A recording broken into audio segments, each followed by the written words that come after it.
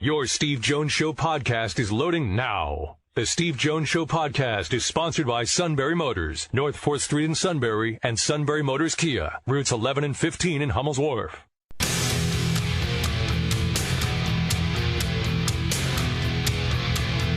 This is the Steve Jones Show on News Radio 1070 WKOK. Now, from the Sunbury Motors Studio, here's Steve Jones. Today's show brought to you by Sunbury Motors, 4th Street in Sunbury. Sunbury Motors Kia, routes 11 and 15, Hummel's Wharf, and online at sunburymotors.com.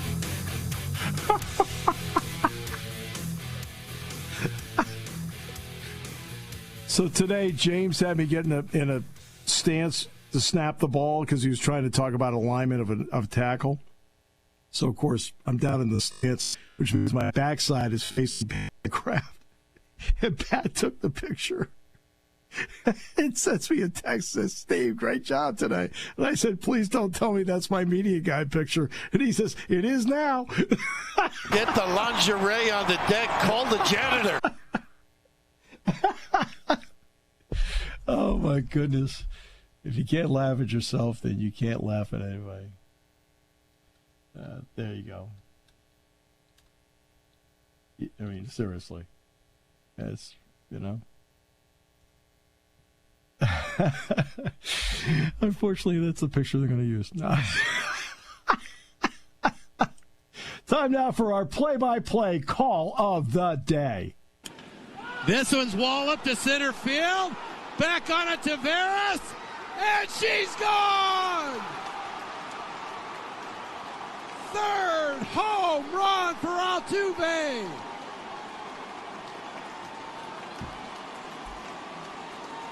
A blast to straightaway center field. It's 9-0 Astros.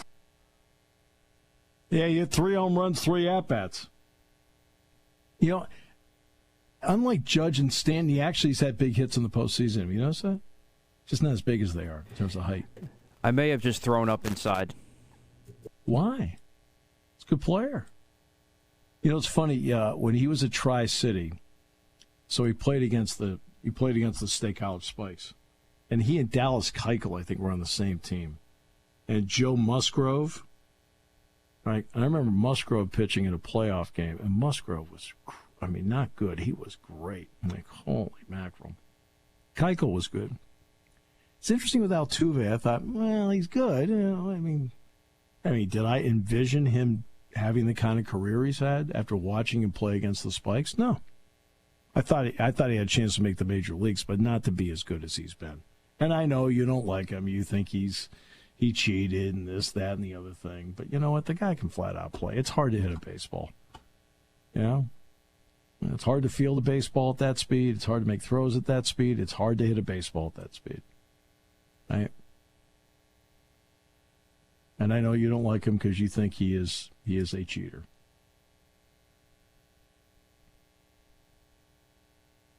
Correct, but you're right. He is a very, very good player. He's very good. I mean, look, it's hard to do. I mean, yeah, you know, I always laugh about the golf part of it because in golf, you have to be completely silent. Okay. As you walk up to it, what isn't the ball doing?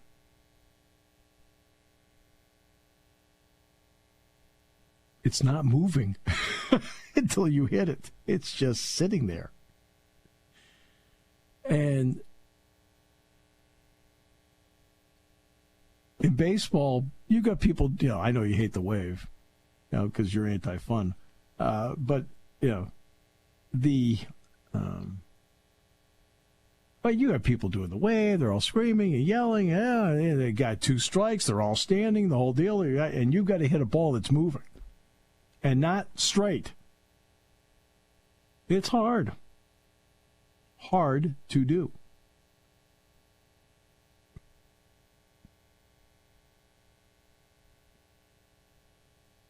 ESPN asked a question today, is this the best baseball season in years? Now, obviously, I know what your answer is going to be because your team's not doing well. I got that. So that's going to enter into anybody's answer, okay? That'll enter into anybody's answer. But in terms of the pure game, have you enjoyed the pure game of it this year compared to other years? You know, at first I thought it was another dumb question by ESPN, but the more and more I've thought about it because of the rule changes, it's a legitimate question. Yeah, because yes, I have thoroughly enjoyed watching either full games or portions of games that I've watched this year because of the new pace of play and everything else that's been part of all new this year.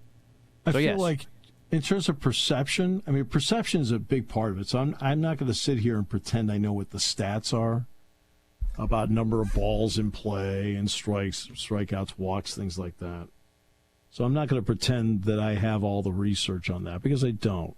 So it's just on perception. The perception for me has been, I felt like the pace has been better. I felt like not having shifts has opened up the field and given at least an opportunity to more offense. You don't feel like hits are being stolen by a shift where you got, where a guy hits it in the shift and a guy's standing in shallow right field and throws a guy out of first base. It got to a point, like, no matter what game I was watching, where games where I had no rooting interest at all, I'd be sitting like going, oh, man, okay, that's another out. And that's now changed. I like that.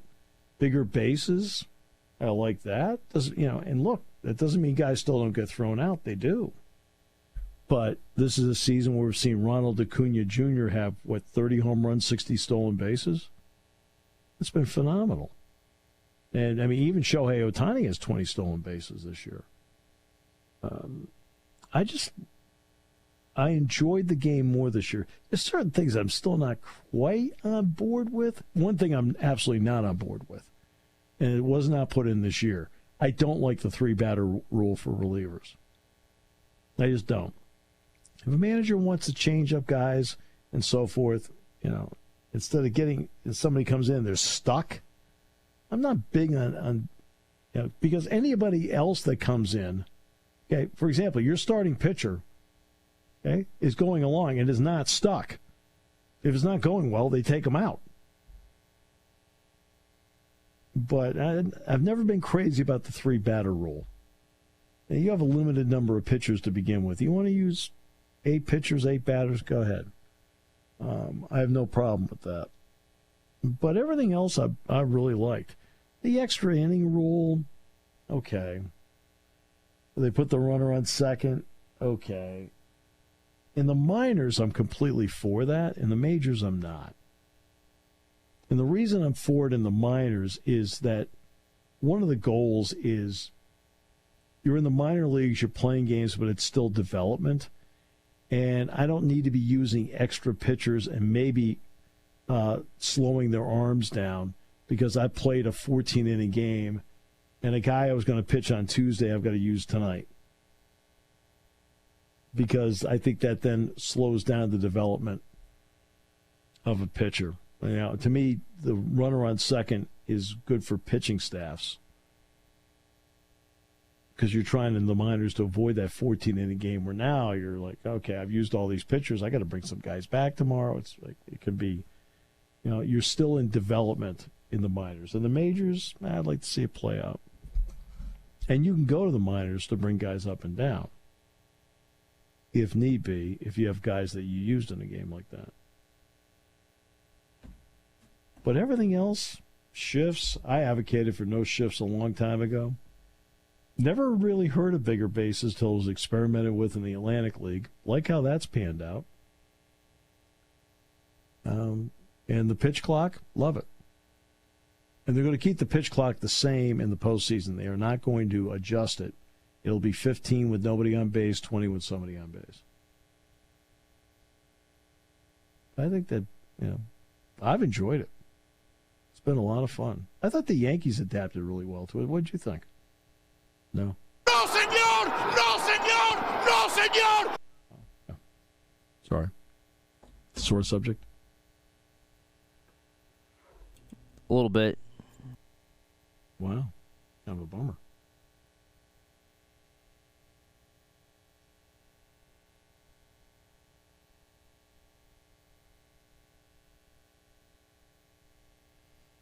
Okay.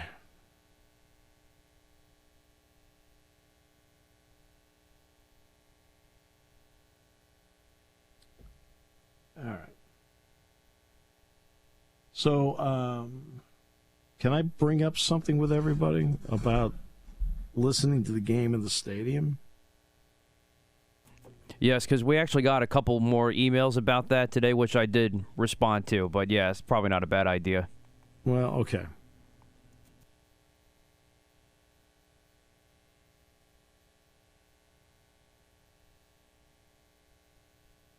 Okay, so they've come up with a solution. Now, and this is the part that always bothers me about this. Like, who's getting the emails? Who's getting the emails? Well, that would be you. Yeah. Who's getting the comments from people asking about it? Also be you. And who's the person that literally has nothing to do with it? And you're 3 for 3. It's like, but I do my best with it. I've passed on everything I've been receiving to people that actually, who came up with, okay? So it sounds like what they want to do is this. On 99.5 FM in State College, they claim that they cannot remove the delay. Okay. But they want to put it on 1450 AM and 103.7 FM, which, by the way, were two stations that carried the games last year anyway. And they would air the live broadcast without a delay. Okay? So that would be 1450 AM and 103.7 FM. Those have been the stations that carried the games last year anyway. Now, there are some conflicts along the way because those are the stations that carried men's basketball, ice hockey, wrestling, baseball, softball. Okay? So there may be a conflict or two in October and November, which they're going to work out. But that's what they want to do here in State College. Obviously, in the Valley, it's Eagle 107. There's no issue whatsoever. But what they did was they put a translator. It's on the only station they put a translator on was 99.5. And they did it 2 weeks ago. Like, they did it 2 weeks ago. Really? Okay. So what the proposal is they're going to then put it on same owners, Seven Mountains, 1450 AM and 103.7 FM. Okay? Which will cover the stadium. Okay?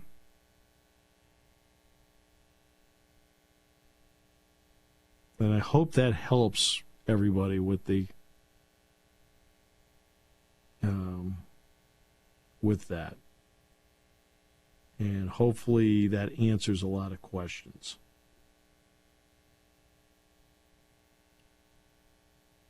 That's my hope. I mean, I realize that I do realize I'm the front man. I mean, I realize that I'm the one that people are in contact the most. The people that actually make these decisions are always invisible. And like, okay, great.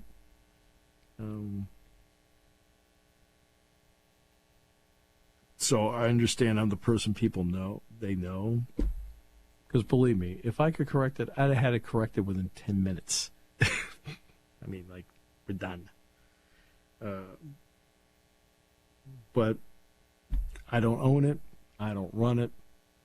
And all I can do is propose solutions. The solution, by the way, that they've come up with, I actually am the one that proposed it. Thank you. But that was, just in the hallway. I said, why don't you just put it on two other stations that are live? You can keep airing it, delay it on the other one. Right? So, yeah. Okay? So it sounds like that's what's the. If there's any change in this thing, then let me know. Okay? I will let you know if there's any change in it. But it was a big problem the other day. Not a small problem. It was a big problem. Yeah, people want to go into the stadium. They want to listen to the game. I mean, people even in the press box were saying, what's going on? And they look at me, what's going on? I'm looking at her like, I don't know what's going on. Because I didn't know until Sunday. Like, really? We're delayed? Really? They just point me toward the field I talk, you know.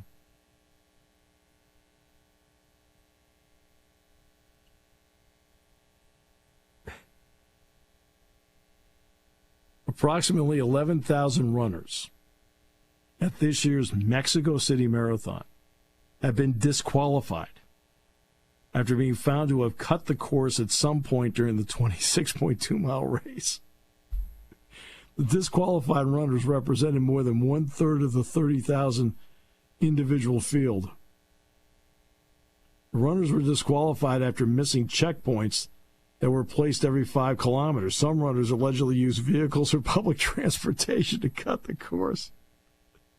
It's kind of like the Michael Scott run for to cure rabies. And several members of the staff got in a cab, went out and had lunch out on a patio, and then got back in the cab and went back to the finish line on the office. Race organizers said in the statement that they will continue to identify and disqualify runners who skip sections of the race. The Mexico City Marathon has had issues with rampant cheating in the past. In 2017, nearly 6,000 runners were disqualified for similar reasons, with more than 3,000 also being removed from the results the next year. Several members were members of the 2017 Houston Astros. Oh, no, I'm sorry. Just kidding. No, senor! No, senor! No, senor! Your people. By the way, tough news. Really tough news. Andrew McCutchen has had his season come to an end. He ended up tearing his Achilles. It has been one of the truly feel-good baseball stories of the summer, him coming back. And he had 12 home runs, knocked in 43 at 256, got his 2,000th career hit in June. He is at 299 career home runs. And, but unfortunately, he was legging out a double in the victory over Milwaukee on Monday night. Initially said he was fine, but now it's revealed there's a tear there. So he's going to be in a walking boot for 6 weeks. No discussion of surgery, but hard to see that.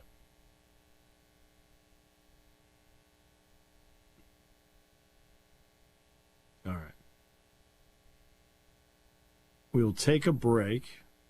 The Brewers are beating the Pirates 3-2 bottom of the sixth. Guardians, in a rain delay, lead the Twins 1-0.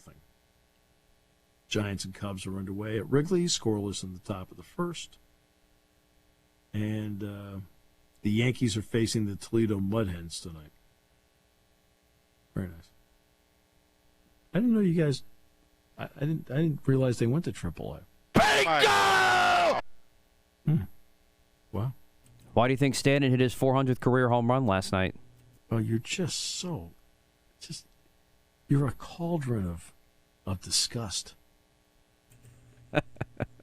I'm sorry, that was too easy. Here on News Radio 1070 WKOK. There's something to be said about a sale with a handshake, a service technician who really knows what he's doing. They can explain it in English what the problem is. There's nothing better than having that friend you could trust in the area. That's Sunbury Motors, where you get selection, knowledgeable salespeople, and prices that fit your budget, and more important, that friend you can trust. Welcome to Sunbury Motors, Kia, Ford, and Hyundai. You could shop other dealers and compare prices, but at Sunbury Motors, you get their lowest price promise. They research the current used vehicle market and guarantee their used car prices are the lowest. If you find a lower price, Sunbury Motors will beat it. 3 dealers all in one. See their full new and pre-owned inventory at sunburymotors.com. Pick out a vehicle you like and schedule your test drive online. Follow them on Facebook. Sunbury Motors Ford and Hyundai, North 4th Street, Sunbury, and Sunbury Motors Kia, routes 11 and 15 in Hummel's Wharf.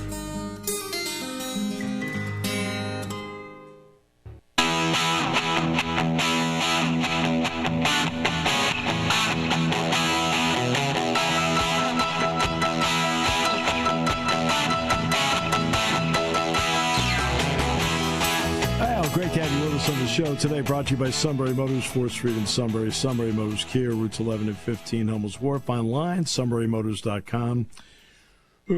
Ford, Kia, Hyundai. Great pre-owned inventory.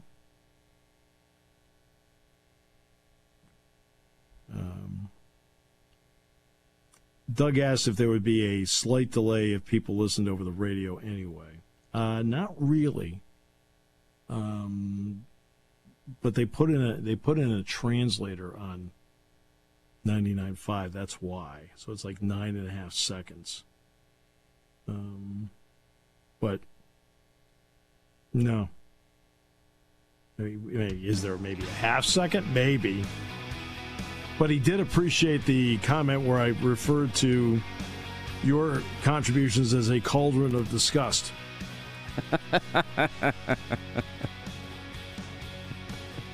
There it is.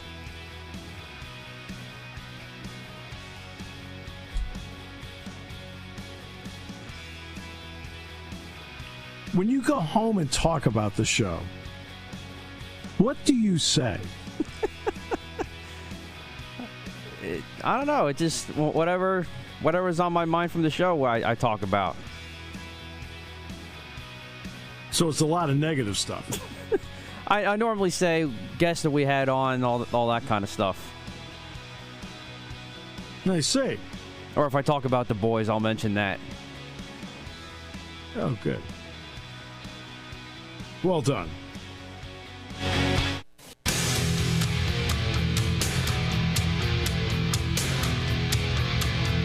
This is the Steve Jones Show on News Radio 1070 WKOK. Now, from the Sunbury Motors Studio, here's Steve Jones. Welcome back to America's show of polar opposites.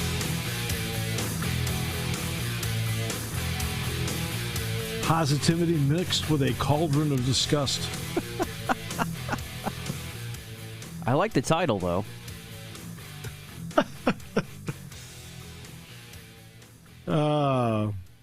All kidding aside, Matt's as good a guy as there is out there. So, all kidding aside, great husband, great father, great friend. So, a little touchy on some things, but that, we're working through these issues. Get the lingerie on the deck. Call the janitor. Slowly but surely. Emphasis on slowly. Today's show brought to you by Sunbury Motors, 4th Street in Sunbury. Sunbury Motors Kia, routes 11 and 15, Hummels Wharf, and online at sunburymotors.com. Ford, Kia, Hyundai, the best in new inventory with great warranties. Remember, we're at the end of the year stuff here. It's really cool. Great pre-owned inventory with the Sunbury Motors guarantee. And a fabulous service department that backs it all up with great technicians every step of the way at Sunbury Motors. 4th Street in Sunbury. Sunbury Motors Kia, routes 11 and 15, Hummels Wharf, and online at sunburymotors.com. All right, so here we are heading into week 2. Thursday night, tomorrow night is the Chiefs and the Lions. The college game is Murray State and Louisville.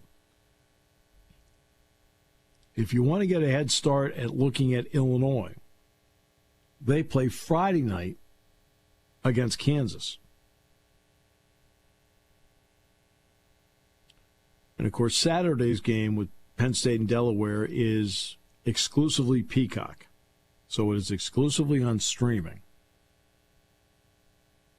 There'll be all these other games that you'll see with Penn State. When they're on CBS, they'll be on Paramount Plus, but it's a combination. When they're back on NBC again, it's going to be NBC in a combination with Peacock. This Saturday, it's Peacock only. It's the one streaming-only game that Penn State football will have this year. So,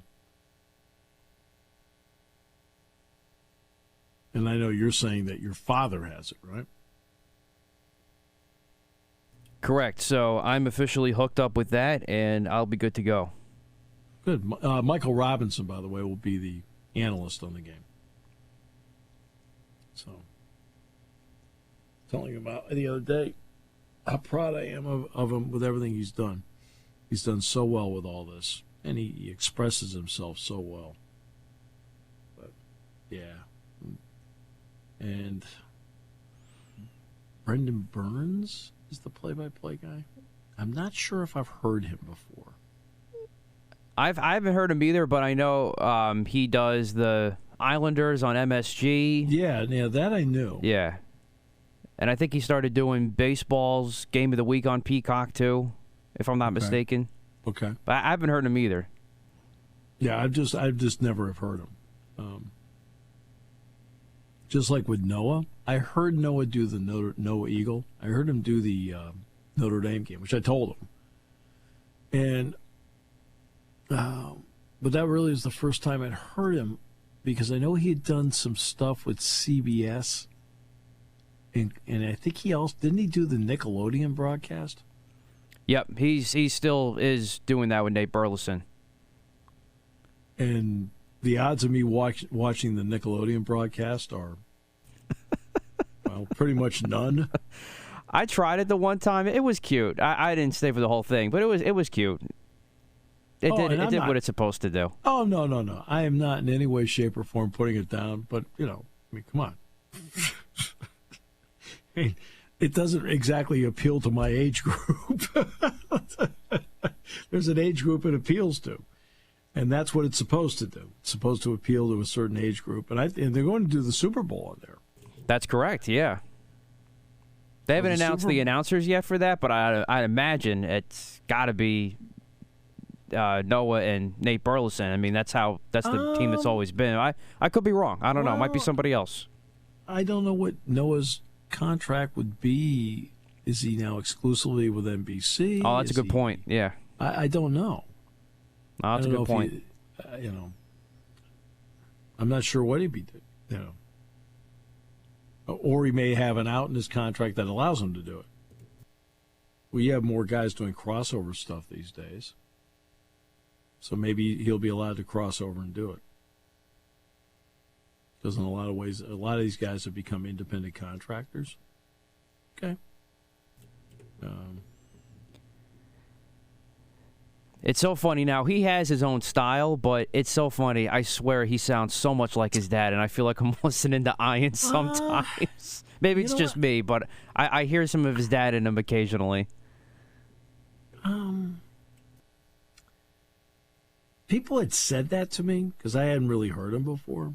So I listened to I watched the Notre Dame game and listened to him, and I thought he did a really good job in the game. And I kept waiting for him to sound like his dad, and I didn't think he did. Everybody has their own perception of something, and my perception was, he sounded like himself. And more for me, it's more like in the intonation of his voice than it is the actual delivery of the call. His delivery of the call is different, but just like his intonation just sometimes sounds similar to his dad. It's certain words. Okay. Because in talking to him just in casual conversation, I didn't even think twice about whether he sounded like his dad or not. He sounded like himself. But overall, I loved NBC's broadcast. Like I said to you off air yesterday, I thought it was like watching another Sunday night game. I thought everything was brilliant from start to finish. The game broadcast itself, pre- and post-game, I really enjoyed it.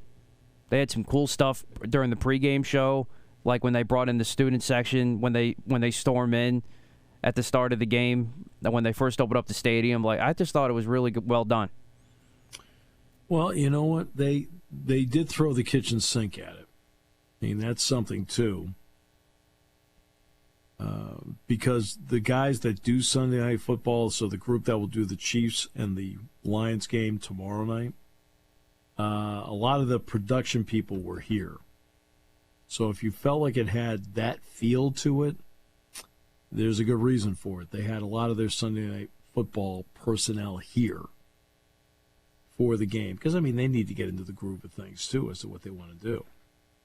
And, that's to their credit. I thought that they were all really well prepared. Now, you expect Todd to be well prepared. I expect Noah to be well prepared. But Catherine Tappan obviously was. But the whole crew was. And I think that they knew it was the first time out for something, and they wanted to really show everybody their big league, and that's where it should be, and they did that. I felt like they accomplished that in the first one. And, yeah. I think it's great. And this is all part of what you can expect moving forward because CBS is going to do the same thing. And you don't think it's going to be great to have a pregame show on CBS with Adam Zucker and Rick Neuheisel? Excuse me, there are a lot of smarts on that set. We've had both those guys on the show before. Neuheisel, to me, I think Neuheisel, he does a great job. I mean, not a good job, but a great job in the studio. I think they should give him more games. I just think he sees everything so well. You know, those are the best analysts. They see the whole chessboard. Jack Ham sees the entire chessboard. Okay? And you, the listener, are a great beneficiary of what Jack does. Same thing with Dick Girardi. Sees the entire chessboard. And it makes a big difference for the viewer or the listener. You know, Todd's a lot like that. I think Rick Neuheisel's like that. So. And CBS Sports PR put this out today. I would say no surprise. Big Ten on CBS debut of Ohio State, Indiana reached record viewership across all platforms. CBS most watched Week 1 game in 25 years. 4.646 million viewers, up 39% from last year. And Paramount Plus recorded most streamed Week 1 game ever across households. And Penn State peaked at 4.4 million viewers on NBC. The Big Ten couldn't ask for better right out of the gate. And that's for the Big Ten. They've got to be thrilled with this entire deal.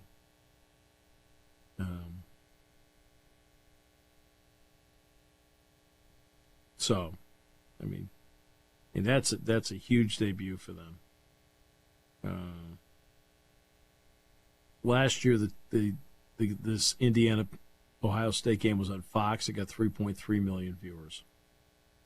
This time it gets 4.6, and that's a great start. They have to split the contract this year. That's why there's less money in the contract this year than there is next year. Next year will include Oregon, Washington, UCLA, and USC. But it also means that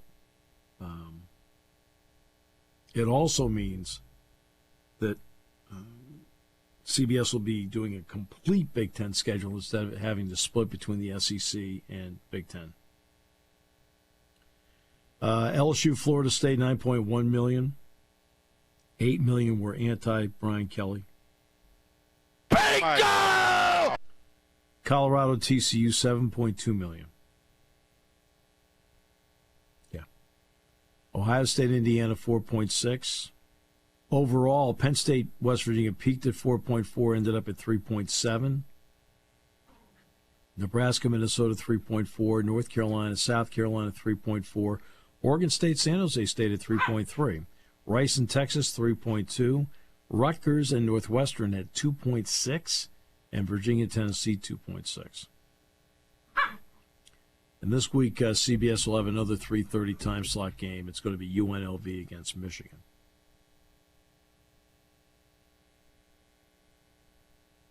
So there you go. I mean, people are watching this stuff, and they're enjoying it.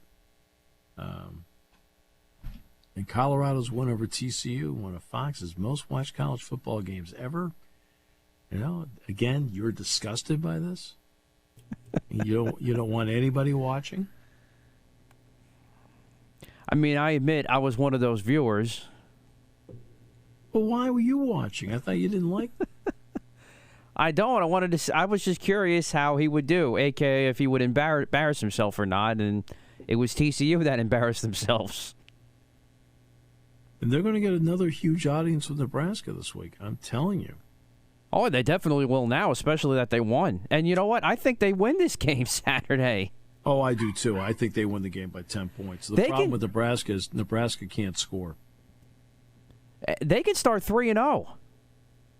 Yeah, they could. I forgot who they have next week, but the week after Nebraska, but I know it's a winnable game when I looked at it the other day. Well, considering they go non-conference right away with back-to-back Power Fives, TCU and Nebraska, they should be playing somebody that's not quite in that category in Week 3. Yeah, they host Colorado State Week 3. So, yeah, they can start 3-0. Actually, that's a traditional game. So True. It's a backyard game. You know, Colorado State is. There have been some really good years when they had Sonny Lubick and people like that as the head coach. Sonny was a terrific coach. And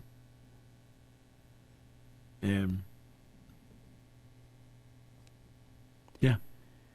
I mean, just looking at the rest of the schedule, I think they could win 6 games now, legitimately, which I can't believe I'm saying that, but I just think it's true.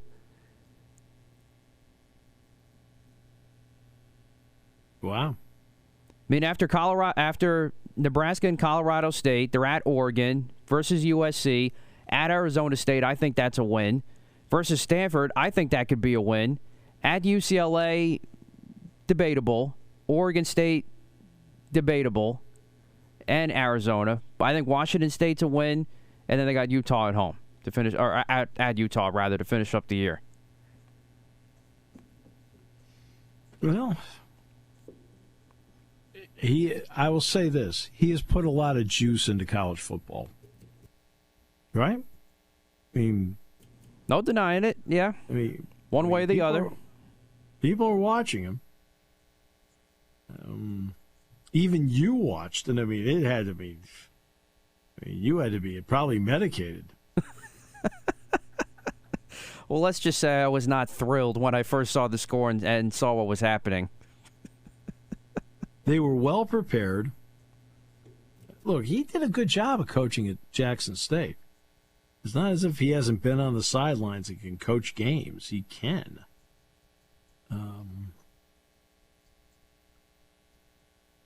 They were able, I think they only have 10 remaining scholarship players from last year's team. And it's kind of a low number. But that is... And see, what's going to happen is this. I know people have asked about the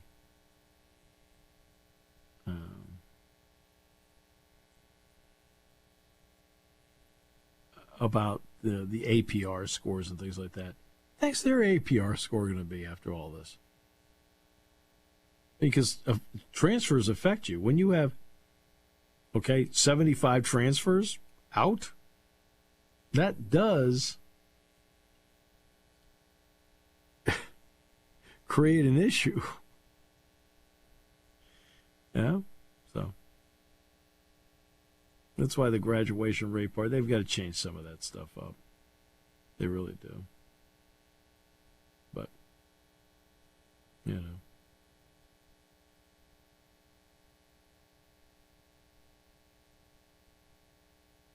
All right, we'll take a break.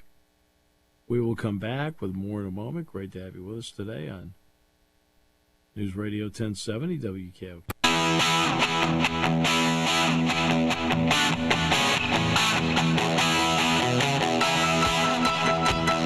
Peter King on the show tomorrow, our high school roundtable on the show tomorrow. And then Merrill Reese and Bill Hillgrove on Friday. I talked about Jack Ham and Dick Girardi looking at the full chessboard and understanding all the pieces. And I brought this up to Doug, and Doug Birdsong, he says, unfortunately, the guy I work with, he says, thinks it's checkers. Like, S-U-I-T, that spells Suta! I'm sorry.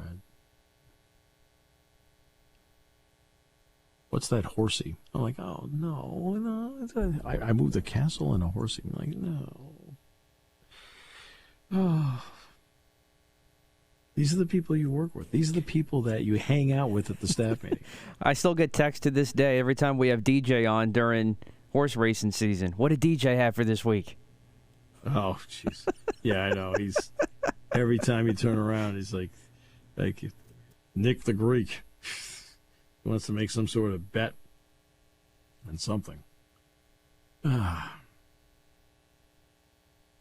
Thing is, though, he bet on himself in life. And like, shouldn't that have told him something? I'm just kidding. All right.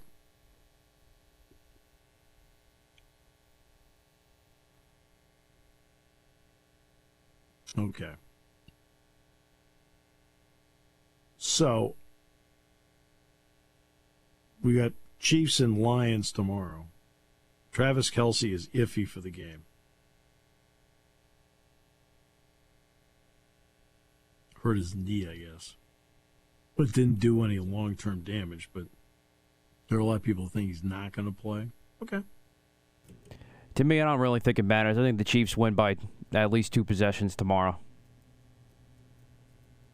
Well, as long as you're not worried, I feel better. I think the Lions are going to be. I think the Lions are going to win the North this year, but it's not going to be their night tomorrow night. I don't think. Okay. Well, they're better than they were. It's just I just feel that part of it is Mahomes, of course, is always dynamic. I feel like Jared Goff is good, but he's capable of making his team good, but he's not capable of making his team great. Exactly right. Yeah. And it's not like he's with the 49ers, where the biggest thing that Brock Purdy has going for him is he's got Deebo Samuel, he's got Ayuk, he's got George Kittle, he's got Christian McCaffrey, he's got an offensive line, he's got a lot around him. Goff doesn't have as many pieces to the puzzle as he does.